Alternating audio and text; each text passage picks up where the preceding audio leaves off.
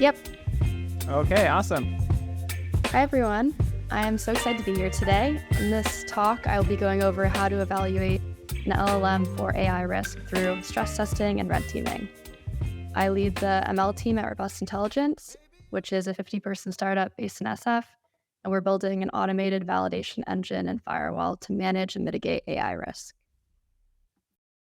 So to start, to kick things off, I wanted to start with the why. Why are we focusing on red teaming testing right now?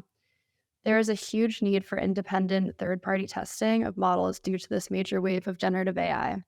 We've seen statements and regulations coming out from the White House, NIST, the National Institute of Standards and Technology, and also the EU, which are all pushing for mandatory external security testing and just general validation. So to start, what is red teaming? Historically, red teaming has been in the cybersecurity field, the broadest definition being an exercise in which an organization simulates adversarial conditions for improving defenses. It has often been thought of as a group of IT employees used to simulate malicious actions. But now we've actually come into a new field of AI red teaming, which in today's definition is actually it's a little bit more broad in terms of a process where the input is an AI system, the output is a set of deficiencies with actionable recommendations. So we've seen this big shift due to generative AI in that it's no longer just concerning cybersecurity, but actually we're thinking about how to test and how to attack AI systems. So how do we go about doing this? We think that you should test both your isolated base model, but also ensure you're testing your application through the normal user experience and with real-world data.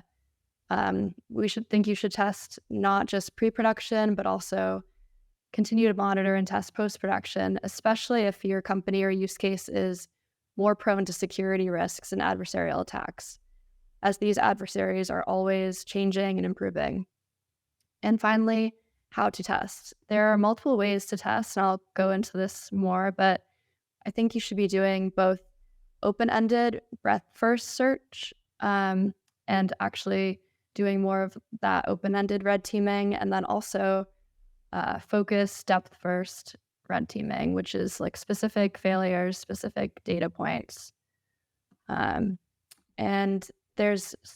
sometimes it feels really overwhelming of what to actually test for these LLMs. So at Robust Intelligence, we've broken it up into operational, security, and ethical risks.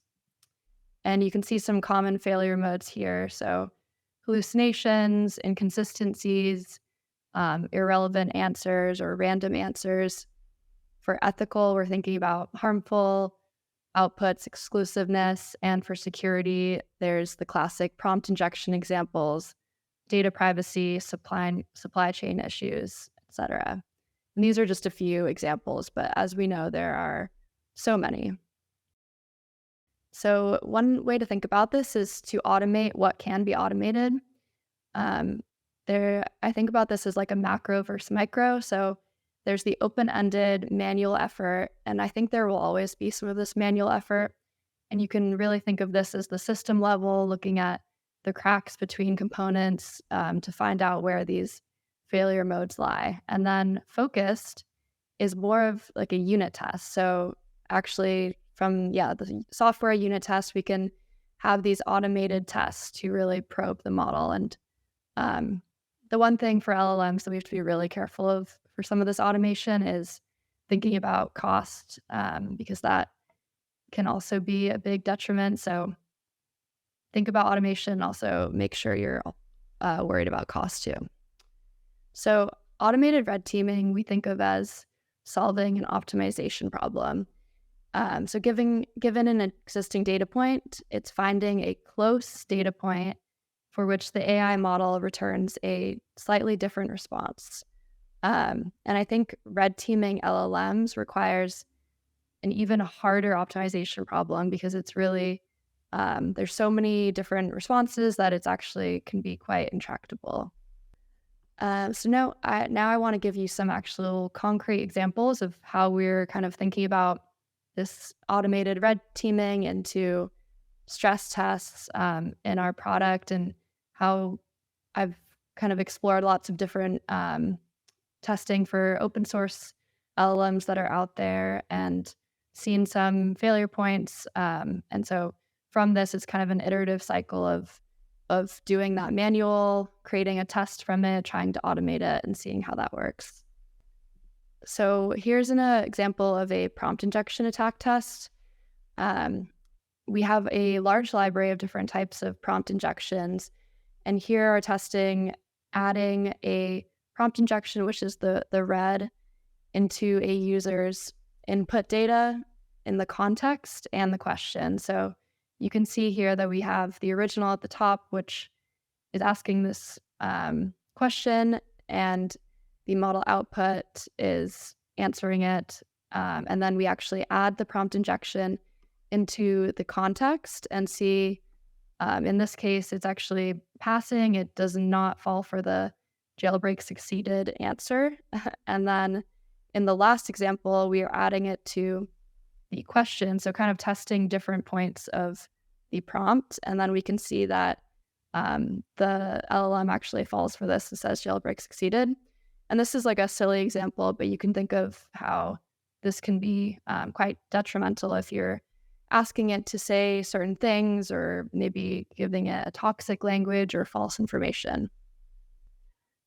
And this is like an example of how we've turned this into a unit test. And I think one of the hard things about this is actually figuring out from the output if this is really passing or failing. And so this one I'll skip through pretty quickly, but this is another example of a security test, which is a prompt extraction. So we're actually trying to get the original instructions from the model, so the system prompt. And in this example, we actually provide like a random token as the system prompt. And so we test whether we're able to get that out of the model, which we are in this example. And then some other types of tests that are not necessarily security, but is like a data transformation test. So this is really going back to that optimization problem, thinking about how do you tweak different things in the data to see if the output has actually changed. So this case is actually just lowercasing everything. And there's not that many uppercase examples, but in this response, it actually just has like a completely different response because of that, which is very interesting. And then for these transformations, we're like thinking about that example is lowercasing, but we're also thinking about character swapping or OCR errors or just adding characters, adding synonyms, etc. And then we're basically looking at the before and after and looking at some similarity metrics and seeing how the output differs. And I think, again, this is kind of an ongoing challenge of like, how do you see if that text was similar enough and how to really measure if this test passes or fails. And lastly, I'll give an example of a model alignment test. So kind of similar to the security test, we have a ton of prompts of misinformation, sexist, racist prompts, and we feed this to a model, sometimes giving it tons of examples of this type of behavior. And then we see if the model will actually go along with the behavior we're giving it, or if it has guardrails up and will say that, no, I cannot answer that question. So in this example, we're asking it giving it some like sexist question and answers. And then we see that the model answers according to that, which is toxic. So that's, I know we don't have a lot of time, but main takeaways, there's these operational, ethical, and security risks that you should think about. LLMs are very vulnerable to these types of attacks. And we think a combination of manual and automated red teaming is great to actually thoroughly test these. All right. Thank you. Thank you very much. One thing I would have loved to see is the conversation between you and Casper, who will soon be joining, because Casper, can you hear us? Are you here? Yes, I am here. Hello. You can hear me? Yes. Because while you are evaluating and testing open source models, it also feels to me like there's more and more of them, and it's going to be an increasing mess to do that and keep track of all of the developments that are taking place in the open source space. And that's exactly what Casper is going to be here chatting with us about. Finn, thank you very much for presenting and for all of the work that you're doing. Thank you.